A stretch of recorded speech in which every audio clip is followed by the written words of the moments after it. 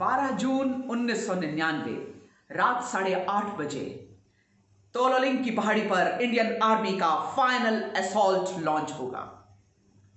2 राजरीफ के जवान full battle kit में सर पर कफन बांधे फॉर्मिंग प्लेस पर खड़े हैं।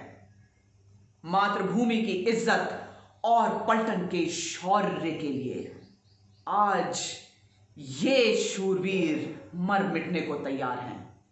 आंखों में बुलंद इरादा लिए ये कसम खाई, या तो तोलोलिंग की पहाड़ी पर तिरंगा फहराएंगे या उसमें लिपट कर घर आएंगे। When army marches in for the assault, the artillery gives cover fire. An arc of fire was laid out in front of Tololing. A show like never before. 100 artillery guns, rockets, missiles, mortars, laser-guided ammunition, they were all pounding on the Tololing top since last 4 hours. रात में भी दिन जैसा उजाला, ये नजारा जिसने एक बार देखा वो इसे कभी भूल नहीं सकता। जमीन थरथरा रही थी। The air was vibrating. The mountain top had gotten black because of the constant pounding of 100 artillery guns. Just imagine that scene. कैसे वो जवान खड़े होंगे और उनके ऊपर से आर्टिलरी फायर एक के बाद एक ढम ढम ढम ढम, और दूसरी तरफ से दुश्मन के फायर आ रहे हैं। हाड़ मजबूत चाहिए। जय Hind. I am Captain Yashika Hatwal Tyagi, the First Lady Officer from the Logistics Wing of Indian Army, to be part of Battle Zone in Operation Vijay, popularly known as the Battle of Kargil. And welcome to Shaurya Tales.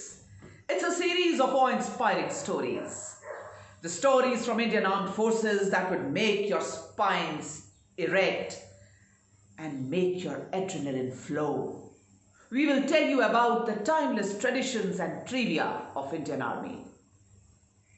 But first, let us know more about Tololing and why Tololing was so important. Tololing was a feature of about 15,000 feet high. Its importance lay in its location. It was located right on the National Highway, the highway that connected Srinagar to Leh. It was the main artery line for the supply.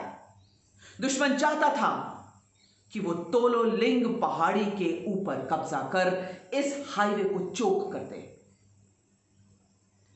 Any movement from Indian Army was met by artillery fire from Pakistan, क्योंकि हम उनके line of observation में थे और वो M precision shots मारकर हमारा गाड़ियों का नुकसान कर रहे थे।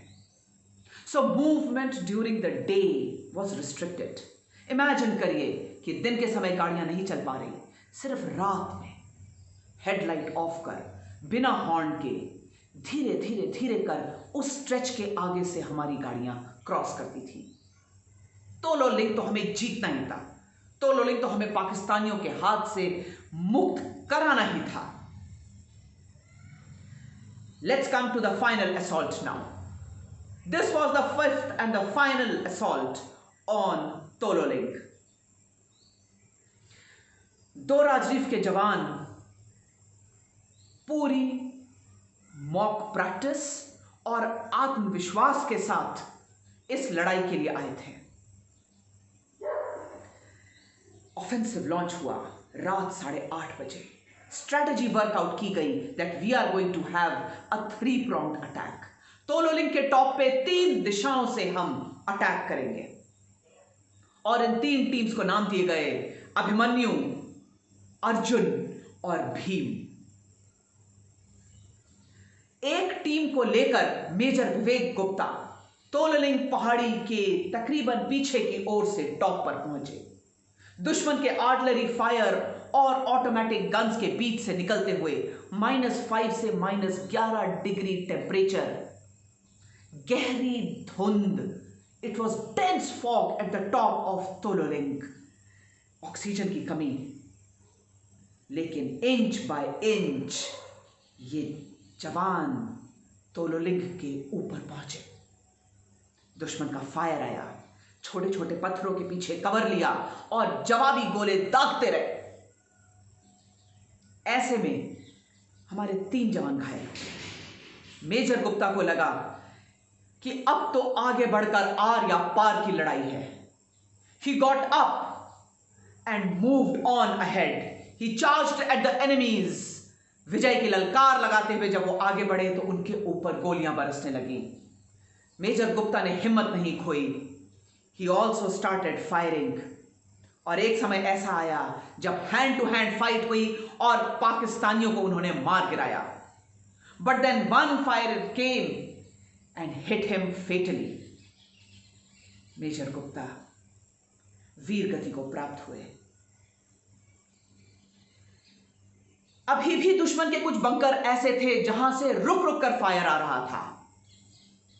हवलदार यशवीर सिंह तोमर, 2 राजरीफ का दूसरा बहादुर सूरमा, उन्होंने कहा किसी भी हालत में तोलोलिंग को जीतने के लिए इन बंकरों को शांत करना जरूरी है। अपने साथियों से उन्होंने ग्रेनेड इकट्ठे किए और चार्ज कर दिया। हाथ में बंदूक लिए, ग्रेनेड्स पकड़े, ये जवान आगे बढ़ता गया और एक एक कर उन बंकर्स के ऊपर उन्होंने ग्रेनेड लॉन्च किए। एक एक बंकर को उन्होंने नेस्तनाबूद कर दिया। एक होली सी चली जिसमें पाकिस्तानी ध्वस्त हो गए, लेकिन मरते मरते एक पाकिस्तानी की गोली आई और हवलदार यशवीर सिंह तोमर वीर गति को प्राप्त हुए। जब उनका पार्थिव शरीर मिला तो उसके एक हाथ में उनकी असॉल्ट राइफल थी और एक हाथ में एक ग्रेनेड था। मरते मरते भी वो सूरमा अपने फर्ज को निभा गया। इस लड़ाई के बाद मेजर विवेक गुप्ता को महावीर चक्र और हवलदार यशवीर सिंह तोमर को वीर चक्र मिला। यह देश हमेशा उनका ऋणी रहेगा। आखिरकार हमने तोलोलिंग की पहाड़ी के ऊपर तिरंगा झंडा फहरा दिया। हमारी जीत हुई। और फिर क्या था, तोलोलिंग टॉप पर जीत हासिल करते ही एक एक कर ताश के पत्तों की तरह बाकी पाकिस्तानी पोस्ट्स जो तोलोलिंग रिज लाइन के ऊपर थी वो गिरने लगी। आगे के एपिसोड्स में हम तोलोलिंग से जुड़ी और कहानियां और बैटल ऑफ कारगिल की बाकी कहानियों के साथ आपके सामने आएंगे। जय हिंद।